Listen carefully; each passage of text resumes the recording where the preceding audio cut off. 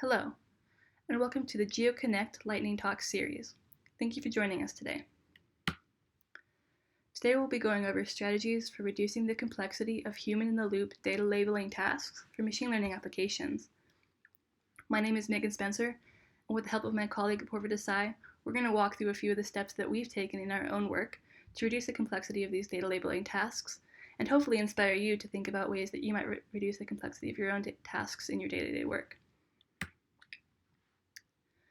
Like I said before, my name is Megan. I have a background as a GIS analyst. For the past year or so, I've been working as the geospatial product manager at Slingshot. Apoorva Desai is one of our computer vision software developers, and she'll be helping me out, walking you through the more complex computer vision techniques that we've used to simplify these tasks. We both work for Slingshot Aerospace. We're a startup.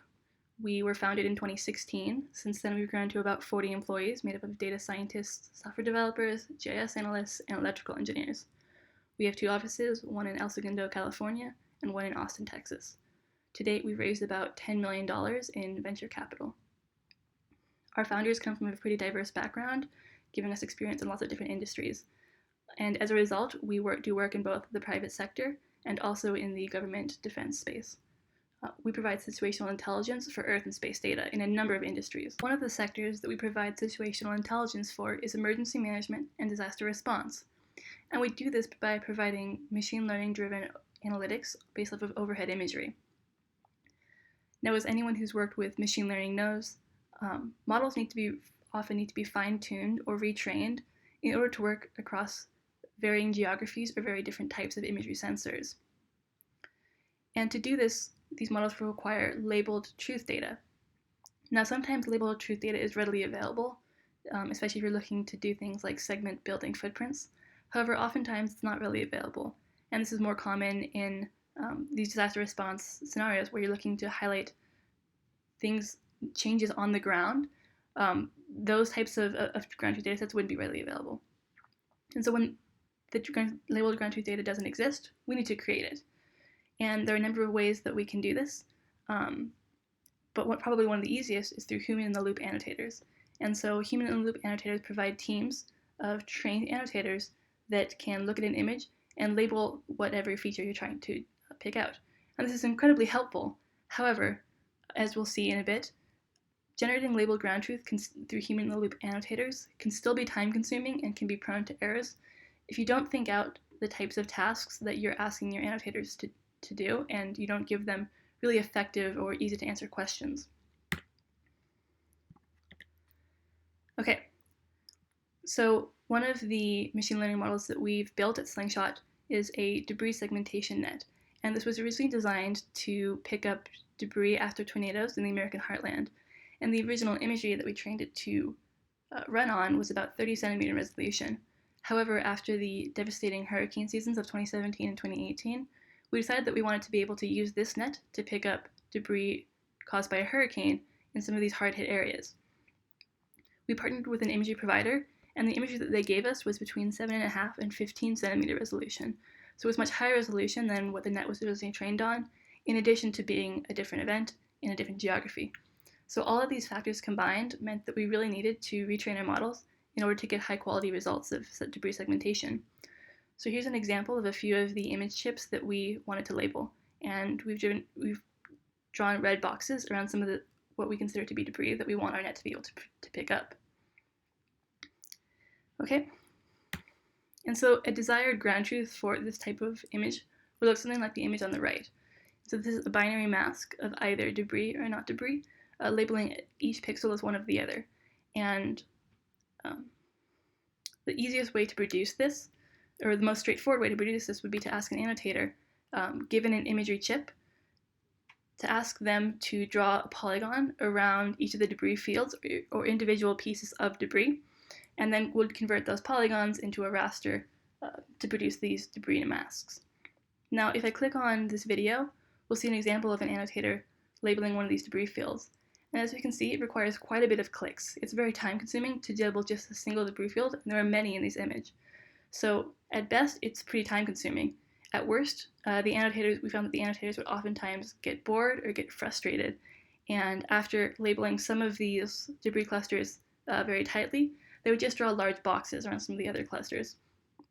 And so not only was this a very timely enterprise, but in a pay-per-click environment, as much human-in-the-loop annotators work in, it's very costly, and we didn't always get the quality of results that we needed to effectively train our model. We need more tightly labeled debris. We can't just work with boxes around where there is debris. And so we needed a better solution to create better label training data faster so that we could retrain our models. And so to do this, we turned to a few of our computer vision scientists and asked them to explore some ways that we might reduce the amount of clicks that our human-in-the-loop annotators would need to take so that we could get better results. So Apoorva is going to go into details about some of that process.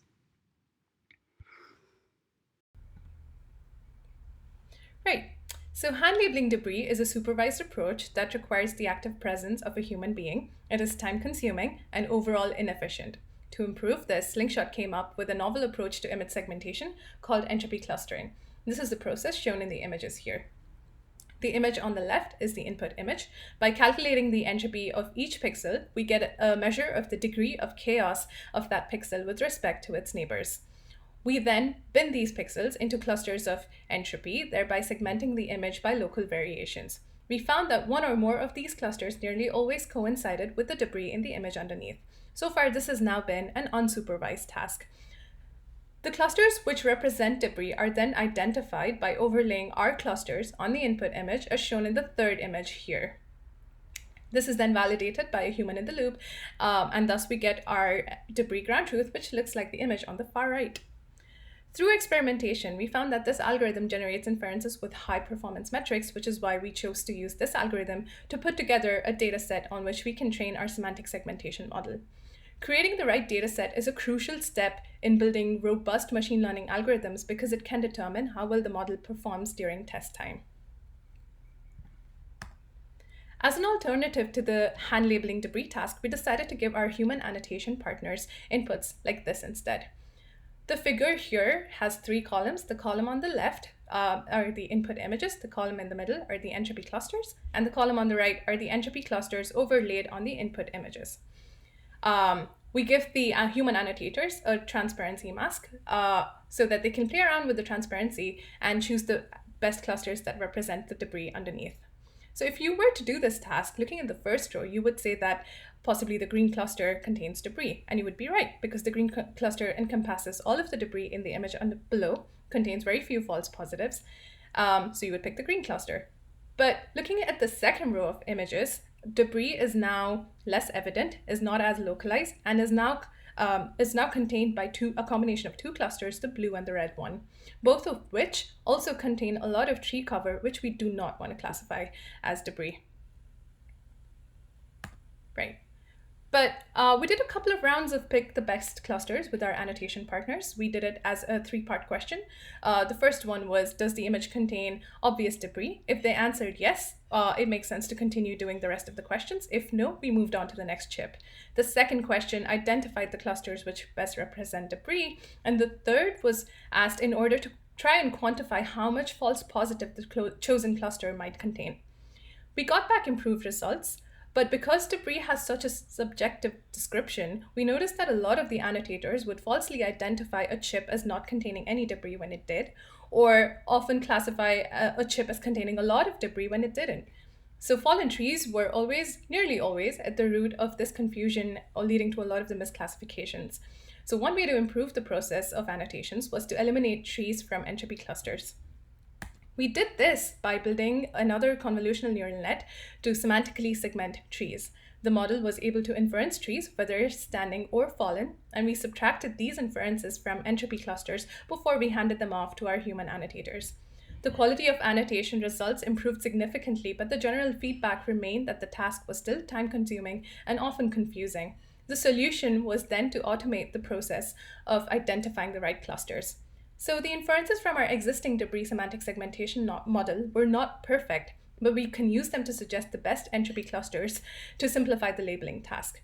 By calculating a similarity score between the model inferences and the entropy clusters, we picked out a combination of clusters that were most likely to contain debris. Now, all we needed was a human to verify if for the given image, the corresponding ground truth that we picked out using the entropy clustering pipeline that we just outlined is good or not. So here are a few examples. Looking at this image, the pixels in yellow on the right are the debris mask that we've picked out.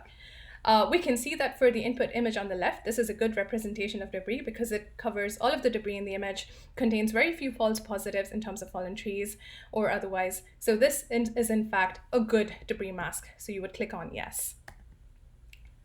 Looking at this image, we can see that the debris, while the image does contain a lot of debris, the mask doesn't coincide with the debris well enough, so this would be a bad image to have in your training set. So no, this is a bad mask.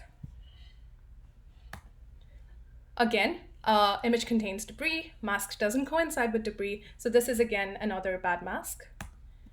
And finally, this is an image that contains a lot of damage or debris, and the mask coincides with it accurately enough. There are very few false positives, so this is actually a good debris mask, so you'd click on yes.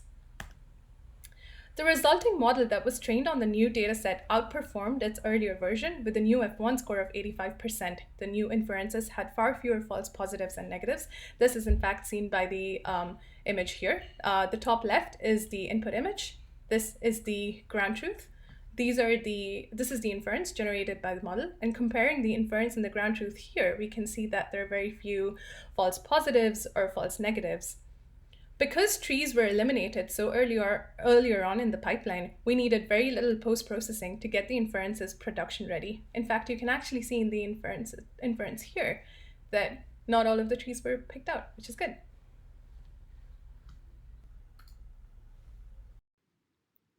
Thanks, Apoorva.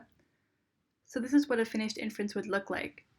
For this project, we ran this over 3 counties, and we got quality results over a very large area. And so we felt confident that our model was robust enough to capture this type of storm appropriately. In addition, after we had laid out all of the steps that we would need to reduce the complexity of our human-in-the-loop data labeling tasks, we automated that process.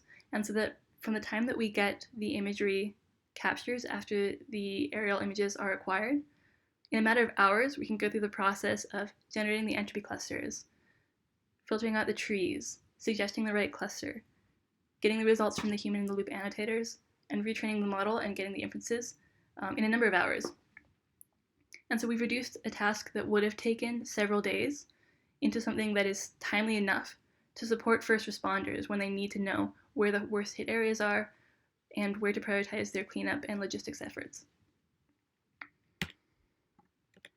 Okay, so some key takeaways. Thoughtful labeling tasks are critical for time-sensitive use cases such as disaster response and emergency management. There are a number of other use cases where this would be important. And so for these types of situations, it's super important to think about how you're going to organize your data labeling tasks in advance so that you can speed up that data labeling process. We've taken something that was originally a very time-consuming task, 100 to 200 clicks per image, oftentimes taking the annotators several minutes, and costing quite a bit of money in a pay-per-click environment.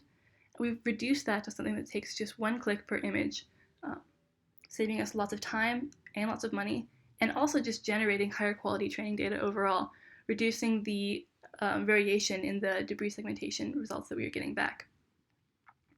By reducing the number of clicks and the time that it takes to get a label training data set, again, we save money, and we're able to produce higher quality results to our clients faster.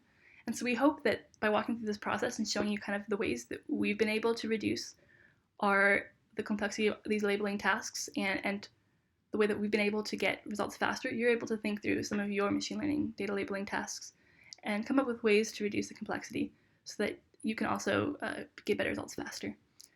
So thank you for listening today. We hope that you found this interesting and informative, and we hope that you can take these principles and use them in your own work in the future. Thank you.